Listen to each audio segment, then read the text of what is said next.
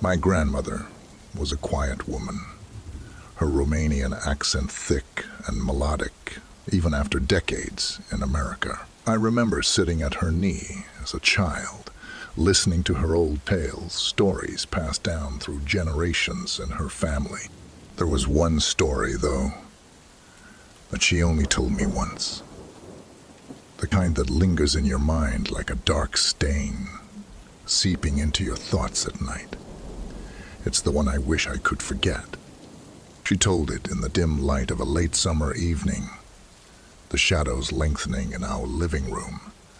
This happened in the old country, she began, in a town so small it barely had a name, just a collection of cottages and cobblestone paths winding through the hills. The town was known for one thing, its eerie cemetery. Nestled at the edge of the woods, it was where they buried the dead with small bells attached to strings leading into their coffins. This strange tradition had a grim purpose. If someone was buried alive, they could ring the bell and alert those above. In the early 1900s, one man, Petru, served as the town's gravedigger. He was a somber, solitary figure, accustomed to his lonely work, and unbothered by the superstitions that clung to the cemetery. He had seen many things in his time, but there was one night that stayed with him until his own death, a night that proved some fears are more than mere superstition. It was late autumn, the air crisp with a biting chill, and the leaves had turned brittle underfoot. Petru was locking up the cemetery gates when he heard it, the faint, rhythmic clinking of a bell. His blood ran cold, and he stopped in his tracks, straining to hear. The ringing continued, coming from somewhere deep within the graveyard. He told himself it was just the wind, a stray gust pulling at one of the bells. But as he walked deeper into the cemetery, the sound grew louder and more insistent. The old man's hand shook as he gripped his lantern, the light flickering with each tremor. Petru followed the sound until he stood before a grave, the fresh earth still mounded high from a recent burial. The gravestone was simple, engraved with a name, Elena Popescu. Beneath her name were the dates: born in 1876, died in 1902. Petru's heart thudded in his chest. Elena had been buried only a few months ago. He remembered her death well. She had been the town seamstress, a young woman taken too soon by illness. But now, the bell tied to her grave was ringing in frantic bursts. As he stood frozen, he heard it. A muffled voice, weak and desperate. "Help me," it whispered from below. Barely audible, but unmistakable. "Please, someone. I'm still here. I'm alive." Petru's blood ran cold. He knelt by the grave, pressing his ear to the soil. The voice repeated its plea, more urgent now. "I'm Elena Popescu. They buried me alive. It was a mistake." He felt sick to his stomach. He had heard tales of this, of people wrongly declared dead, only to awaken entombed in their coffins. But this was different. It had been months. Elena could not have survived underground for so long. And yet, the voice knew her name, her story, even the date of her supposed death. Against his better judgment, he found himself digging frantically at the soil, pulling at the earth until his fingers bled. The voice encouraged him, weeping with gratitude. "Yes, please, let me out." But as he dug deeper, a sudden wave of dread swept over him. The voice, it wasn't right. It had started clear enough, almost human, but now there was something wrong about it, something hollow and distant. It repeated the same phrases over and over, each time a little less coherent. "Let me out. I'm Elena. Help me." Petru stopped, his breath ragged. A creeping realization dawned on him. The voice was cold and emotionless, like an echo from a place far removed from the living world. The soil felt icy beneath his hands, and the air thickened with a foul, earthy smell. The realization crashed down on him. Whatever was speaking wasn't human anymore. Maybe it never was. He backed away, trembling. The voice continued, now in a low, droning chant, barely recognizable as words. Petru clamped his hands over his ears, forcing himself to walk away. But before he left, he did one last thing. He grabbed a handful of dirt and sealed the small breathing tube that led to the coffin. The tube where the bell string was tied. He buried it under a mound of soil until the ringing stopped, until the last of the voice was choked into silence. But silence doesn't always mean peace. The cemetery remained, and so did the grave of Elena Popescu. Locals would sometimes claim that on certain nights, if the wind was just right, they could still hear the faint tinkling of a bell from that direction. Petru never spoke of what happened, but he avoided the cemetery after dark from then on. My grandmother's voice had grown soft by the end of the tale, her eyes distant. "Some things," she said, her gaze fixing on mine, "are better left buried. If you hear a bell ringing in the night, you must turn away. No matter how much it begs or pleads, do not dig." And with that, she fell silent, leaving me with the sound of a phantom bell.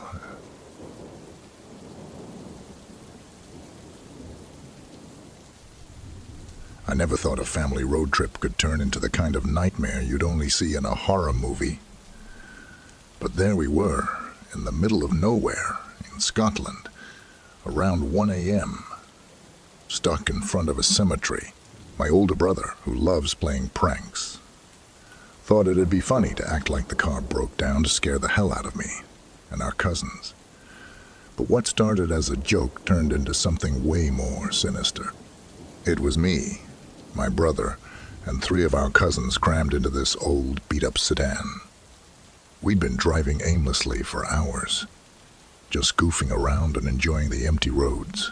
At some point, we ended up near this ancient cemetery.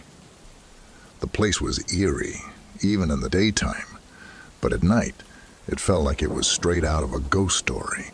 So, of course, my brother pulls the classic move and starts faking engine trouble. "Oh no, looks like we're stuck," he said, grinning like a fool. We all groaned, rolling our eyes, knowing he was just trying to freak us out. But then, out of nowhere, this thick fog started rolling in. At first, we thought it was part of his joke. Maybe some weird atmospheric trick, but it got dense, so thick, you couldn't see more than a few feet in front of you. My brother's grin faded fast. "This isn't funny anymore," one of my cousins whispered, and you could feel the tension shift. My brother turned the key to start the car, but it just sputtered and died. He tried again. Nothing. By this point, we were all wide-eyed and clutching our seats. "Everybody, stay calm," he said, his voice suddenly serious.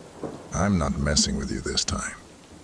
The fog started swirling around the windows, almost like it was alive. It crept up the glass, turning everything outside into a blur of gray. That's when we saw it, a hand, pale, bony, and pressed flat against the back trunk window. It wasn't one of ours. We were all inside, frozen in our seats, staring at hand. It was just hovering there, almost like it was feeling its way through the mist. The fingers were long and thin, almost skeletal, with nails that looked cracked and yellowed. One of my cousins let out a choked scream, and everyone else started yelling. My brother was frantically twisting the key in the ignition, his hands shaking. The car wouldn't start, and the hand on the window started tapping. Slow, deliberate taps that felt like they were counting down to something terrible. We were trapped, and I genuinely thought that whatever was out there was about to break in. And then, as suddenly as it had stopped, the engine roared to life. My brother didn't waste a second. He slammed on the gas, and we tore down that road, the fog still thick but slowly thinning out as we put distance between us and that cemetery. Nobody said a word the whole way back, too, scared to even look at each other. When we finally pulled up to the Airbnb we were staying at, we were all in a daze, like we couldn't fully process what just happened. But as I got out of the car, I glanced across the street and nearly jumped out of my skin. There, standing on the terrace of the house opposite ours, was a woman. She had long black hair hanging down to her waist, and she was staring straight at us. Her eyes were dark pits, impossible to make out in the dim light. But there was something about the way she was watching us that felt wrong, like she knew what we had just been through. I blinked, hoping I was imagining things. But when I looked again, she was still there. My brother walked around to my side of the car, and I whispered, "Do you see her?" He looked up, and his face went pale. "Yeah, I do," he muttered. We stood there for what felt like forever, just staring at this woman until she finally turned and disappeared into the shadows of the terrace. We didn't know what to make of it, but at that point, none of us had the energy to talk about it. We just went inside, locked every door and window, and tried to sleep, though I barely got a wink. The next morning, still rattled, we asked the neighbors about the woman. They looked at us like we were crazy. "Nobody lives there," one of them said. "That place has been empty for years." We couldn't believe it. We all saw her. Me, my brother, and even my cousins. But no one could explain who or what she was. To this day, I can't shake the feeling that what we encountered wasn't just some prank gone wrong. I've seen my fair share of horror movies, but nothing comes close to that night. The fog, the hand on the window, and that woman with the dark, empty eyes watching us. Some things just aren't meant to be understood.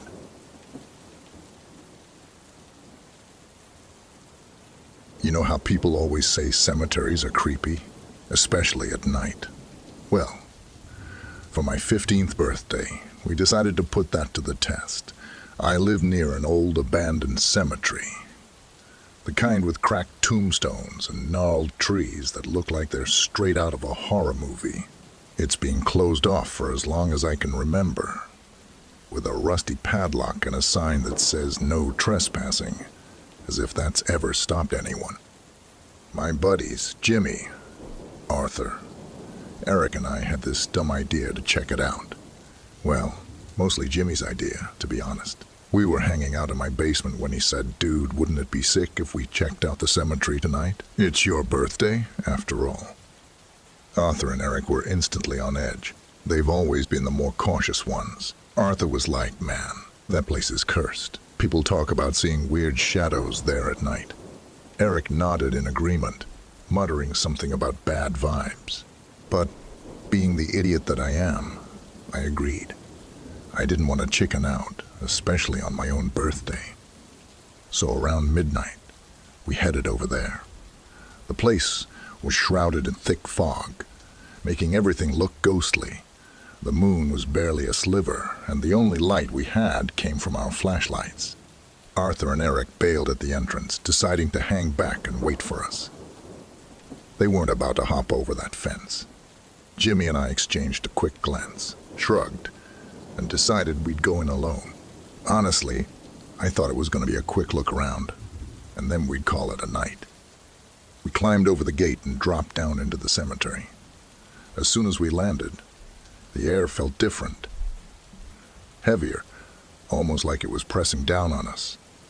The fog clung to the ground like a thick blanket, and all we could hear was the crunch of leaves under our shoes. The headstones were tilted, some cracked open with tree roots breaking through the earth. That's when we spotted it. A small, weathered cabin tucked away in a corner. It didn't look like it belonged there at all, like it just popped up out of nowhere. Jimmy was the first to point it out. "Let's check it out," he whispered. My gut told me to say no, but I just nodded. The closer we got, the colder it seemed to get. The air was filled with that damp, musty smell of decaying wood. As we neared the cabin, we suddenly heard the gate creak open behind us.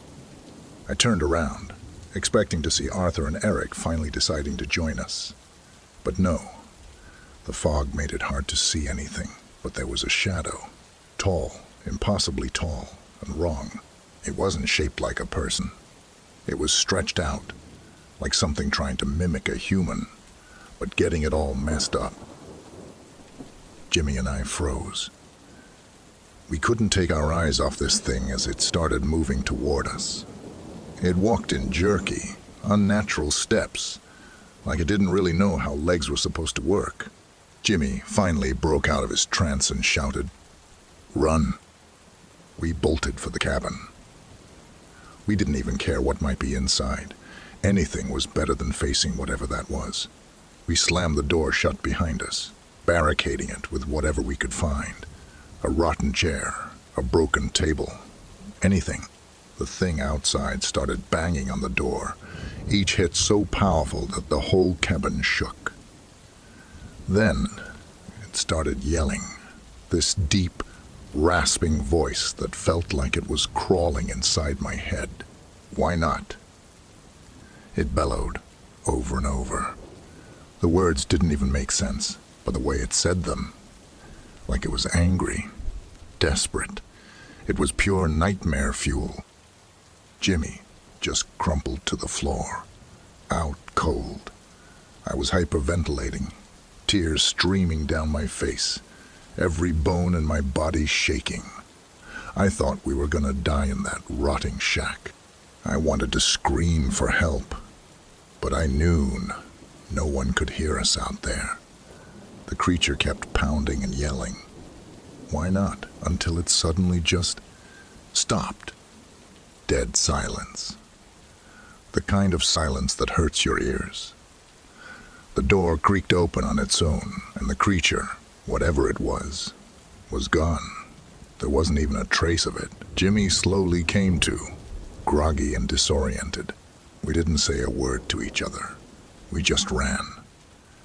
We sprinted all the way back to my house, where we burst in crying, trying to explain what happened to our parents.